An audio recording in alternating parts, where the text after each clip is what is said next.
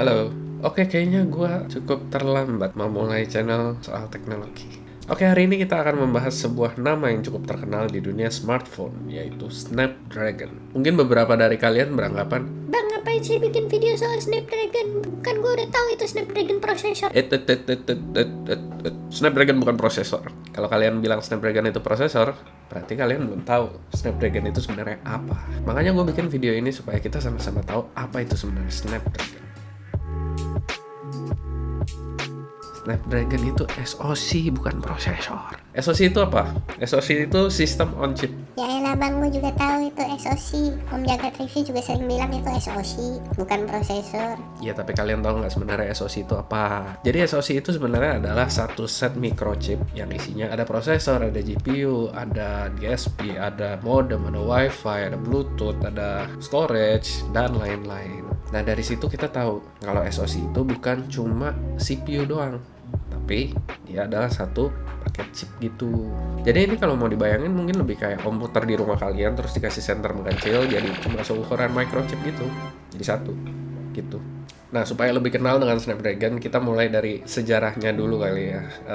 Milestone pertama dari Snapdragon itu sendiri. Kita akan bahas ke era Qualcomm Snapdragon di mana dia digunakan untuk Samsung Galaxy S1. Dimulai dengan Qualcomm Snapdragon S1 yang beredar dari tahun 2007 sampai 2011. Nah, Qualcomm Snapdragon S1 sendiri itu sebenarnya ada beberapa varian. Nah, dari beberapa varian tersebut, Qualcomm Snapdragon S1 ini sebenarnya kalau disimpulin ya adalah SoC dengan konfigurasi single core processor dengan kecepatan 0,8 sampai 1 GHz ditemani dengan GPU-nya Adreno 200, memori LPDDR Gen 1 up to 400 MHz dengan transfer speed storage-nya yang up to 1,6 GB per second. HP yang mungkin kalian familiar pada masanya yang ternyata mengadopsi Qualcomm Snapdragon S1 ada beberapa merek seperti Samsung Galaxy Young yang OG dan generasi 2-nya, ada Samsung Galaxy S yang OG yang pertama, ada HTC Desire 5, ada Nokia Lumia 505, dan Sony Xperia E. Lalu Qualcomm menciptakan suksesornya dari Qualcomm Snapdragon S1, yaitu S2. Setelah sarjana, terbitlah Magister S2, S1 ke S2.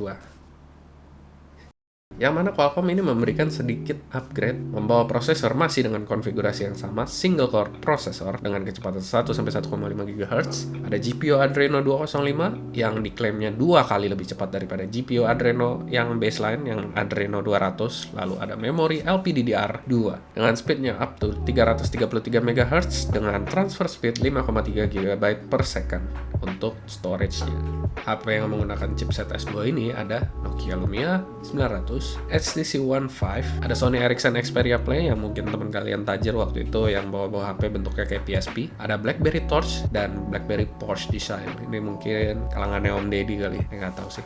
Fast forward ke rentang waktu 2012 sampai 2013, Snapdragon mengeluarkan suksesor daripada Qualcomm Snapdragon S2 yaitu Snapdragon S3. Nah, pada pembaruan yang ini merupakan milestone yang cukup penting. Kenapa? Karena akhirnya Snapdragon menggunakan konfigurasi dual core processor pada SoC-nya. Dengan clock speed up to 1,7 GHz, ada GPU Adreno 220 yang juga diperbaharui, yang diklaim 4 kali lebih cepat daripada Adreno 200. Nah, untuk memori sayangnya masih tidak ada update, masih di LPDDR2. Untuk beberapa HP yang mungkin kalian familiar yang menggunakan chipset ini, HP-HP yang ngetren pada eranya itu adalah Samsung Galaxy S2, Samsung Galaxy Note, Xiaomi Mi 1S, dan HTC Desire HD2. Lalu lanjut lagi ke Qualcomm Snapdragon S4. Ini di tahun 2012 sampai 2013. Dan di sini Qualcomm itu udah mulai kelihatan cikal bakal pengkodaan nama yang cukup nyebelin. Sebenarnya nyebelin nggak nyebelin sih, karena sebelumnya dia bahkan pengkodaan namanya itu juga gue agak nggak ngerti. Tapi di sini ya udah mulai disegmenin. Di setiap Qualcomm Snapdragon S1, S2, S3 tadi itu sebenarnya pengkodaannya lebih parah sih. Kita nggak bisa bedain kelas flagship, kelas budget, dan kelas high-end-nya berdasarkan angka. Susah ngidentifikasinya waktu itu. Kalau sekarang kan kayak kita tahu Snapdragon, kalau misalnya dibilang Snapdragon Gen 8 atau itu kan udah pasti kelas flagship. Nah, cuma kalau yang Qualcomm Snapdragon S1, S2, S3 itu nggak ada, nggak kelihatan gitu kayak ini yang mana yang lebih bagus angkanya. Jadi waktu itu ya patokannya harga handphone sekali atau spec sheet-nya mungkin kalau yang cukup rajin ya. Nah, di Qualcomm Snapdragon S4 ini dia itu udah mulai mensegmentasi Nah, dia udah mulai kasih kode name untuk masing-masing segmennya. Untuk entry level dia kasih nama S4 Play, lalu untuk segmen mid range-nya dia punya S4 Plus, dan untuk segmen high end-nya itu dia kasih nama S4 Prime dan S4 Pro. Bedanya kalau yang Prime dan Pro itu, pada seri Prime ini sudah disediakan prosesor yang konfigurasinya 4 core dengan speed 1,5 GHz, dan untuk S4 Pro sendiri dengan speed 1,7 GHz namun masih dengan konfigurasi dual core. Jadi untuk multitasking performance mungkin waktu itu lebih unggul di S4 Prime karena jumlah core yang lebih banyak, tapi untuk performance single task itu mungkin lebih diungguli sama S4 Pro karena clock speed lebih tinggi.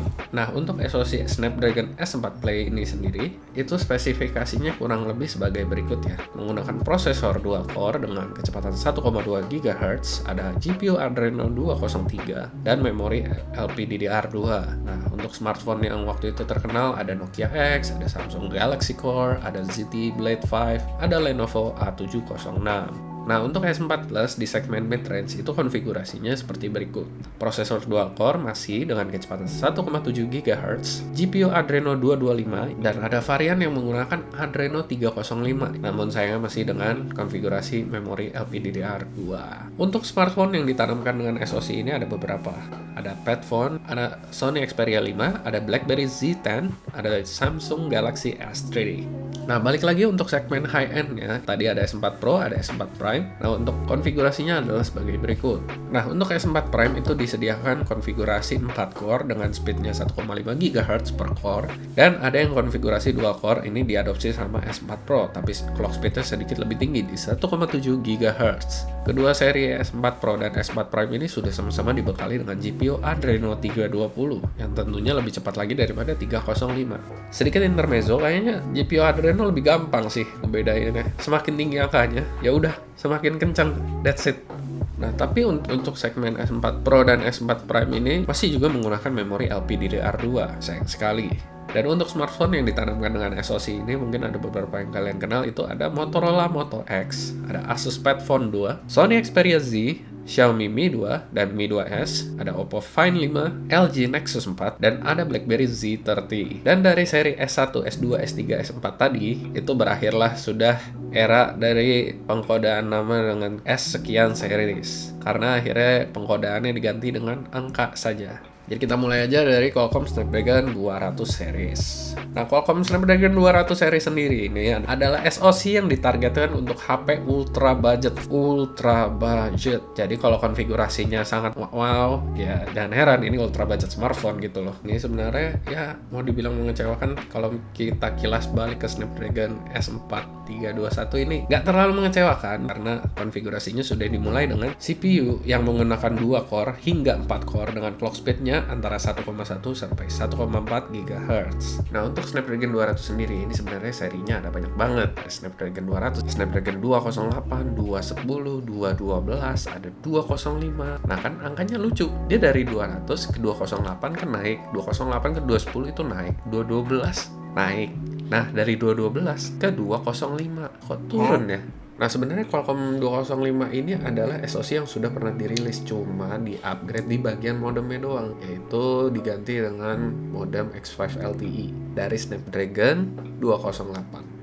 Oke, di seri 200 ini terakhir kita punya Snapdragon 215 yang ternyata ini sebenarnya cuma Snapdragon 425 yang di tone down. Tone down tuh istilahnya kayak di nerf dikit. Nah, itu tadi untuk Qualcomm Snapdragon 200. Kita pindah ke Qualcomm Snapdragon 400. Nah, Qualcomm Snapdragon 400 ini itu dia dikeluarkan untuk market entry level. Jadi ini sedikit di atas dari ultra budget smartphones. Nah, pada segmen ini Qualcomm menawarkan SoC dengan konfigurasi CPU 2 core sampai 8 cores dengan speed 1,2 sampai 2,2 GHz yang ditandem juga dengan GPU Adreno 305 sampai 619. Nah, itu ada beberapa varian, bukan beberapa lagi tapi banyak sekali variannya. Mulai dari Snapdragon 400 dirilis di tahun 2013, Snapdragon 410 di tahun 2014, Snapdragon 412 di 2015, Snapdragon 415 di tahun 2015, Snapdragon 425 di tahun 2016, 427, 430, 435, 429, 450, 460, dan 480. Banyak. itu belum selesai. Habis 480 itu masih ada 480 Plus dan 4 Gen 1 dan 4 Gen 2. Itu yang baru tahun kemarin rilis. Nah, yang gue notice juga itu kenapa Snapdragon dari 4 series, 4 sekian-sekian itu dia tiba-tiba pindah ke pengkodean 4 Gen 1. Itu maksudnya biar apa? Kalau plat nomor mungkin udah nggak muat kali ya. Apa mungkin ya digitnya udah nggak cukup kali ya buat ngasih. Terakhir berhenti di 480. Ya sebenarnya dia bisa bikin 490, 491, 2, 3. Tapi instead mereka opted untuk 4 Gen 1. Ya udahlah ya, suka-suka mereka. Itu tadi singkatnya yang nggak singkat dari Snapdragon 4 series. Kita lanjut ke Snapdragon 600 series. Nah, 5-nya kemana bang? Nggak tahu. Nggak dirilis sama mereka. Mungkin jelek kali ya 5. Nah, masuk di Snapdragon 600 series ini SoC yang diperuntukkan untuk mid-range device. Akhirnya kita masuk di kelas mid-range. Tadi kan masih entry level. Nah, di segmen Snapdragon 600 series ini kombinasi core-nya itu adalah antara 4 sampai 8 core. Yang tentunya kecepatannya juga cukup variatif, itu ada 1,5 sampai 2,8 GHz. Sudah mulai mirip-mirip dengan clock speed dari prosesor-prosesor yang ada di komputer. Dilengkapi juga dengan beberapa varian GPU Adreno, mulai dari Adreno 320 hingga Adreno 710. Dan berikut ini adalah list yang panjang dari Snapdragon 600 series. Ada Snapdragon 600, Snapdragon 610, 615, 616, 617, 625, 626, 630, 632, 636, 650, 652, 653, 660, 662, 665, 670, 675, 678, 680, 685, 690, 695, dan 6 Gen 1. Ya, di tahun 2022 mereka akhirnya memutuskan itu udah mentok tuh bang udah mentok 695, jangan dibikin 699. Ya udah kita pindah ke 6 Gen 1. Oke, lanjut kita masuk ke Qualcomm Snapdragon 700 series. Yang ini merupakan seri yang menjembatani dunia kere-hore ke dunia flagship, yang mana SoC ini diperuntukkan untuk smartphone kelas mid-range tapi yang premium. Untuk Snapdragon 700 series ini sendiri ada berbagai macam variasi dari kombinasi performance core dan high efficiency core. Nah, untuk Snapdragon 700 series sendiri ini dia mulai beredar itu di tahun 2018 sampai 2022. Dan dengan variannya itu ada Snapdragon 710, 712, ada 730 dan 730G, ada 720G, 732G, 765 dan 765G, ada 768G, 750G, 780G, 778G, 778G Plus, 782G. Lalu dilanjutkan dengan Snapdragon 7 Gen 1.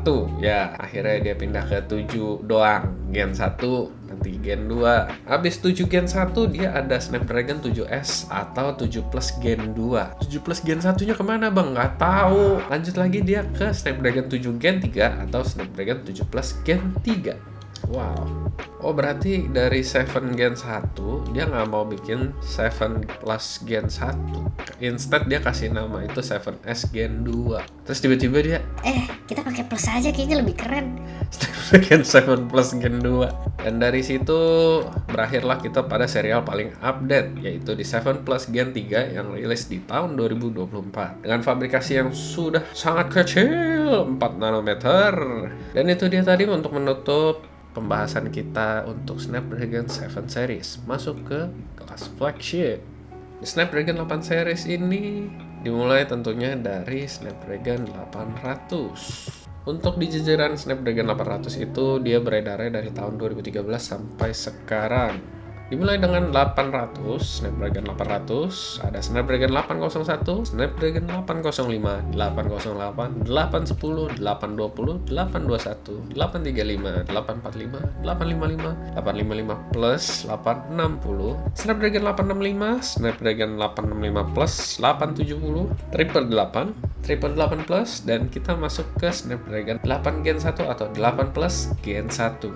Lalu setelah 8 Plus Gen 1 itu kita masuk di 8 Gen 2, rilis baru tahun lalu di tahun 2023. Dan ketika masuk 8 Gen 2 ini, Samsung sudah mulai berinisiatif untuk melobi Qualcomm Snapdragon untuk membuatkan SoC khusus yang diberi nama Snapdragon for Galaxy. Dan in this case, dia ngasih namanya berarti Snapdragon 8 Gen 2 for Galaxy. Dimana Snapdragon for Galaxy ini dibuat khusus dan di overclock sedikit, yang waktu itu SoC-nya itu dipakai untuk S22 series. Lanjut ke Snapdragon 8 atau 8S Gen 3. Lihat, dia pakai kode 8S lagi. bukan 8 plus Gen. Terserah lah. Jadi di Snapdragon 8 yang Gen 3 itu variannya ada Snapdragon 8, Snapdragon 8S Gen 3, dan Snapdragon 8 Gen 3 for Galaxy. Again, ini rilis di Q1 2024 dan digunakan untuk keluarga Samsung S24 series, mulai dari S24, S24 Plus, dan S24 Ultra. Dan lagi-lagi konsepnya sama, itu Snapdragon 8 Gen 3-nya sedikit di overclock dari base modelnya, khusus untuk device Galaxy.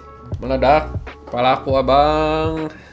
Nah, jadi itu dia tadi video penjelasan yang memusingkan, karena saya sendiri juga pusing ngejelasin Snapdragon. Name codingnya itu sangat jelimet dan update-nya sangat cepat tentunya. Jadi segitu dulu untuk video kali ini. Like jika kalian suka, dislike aja kalau nggak suka. Dan see you guys on the next episode. Next episode kita bahas kenapa si DMA hilang. Oke, bye-bye.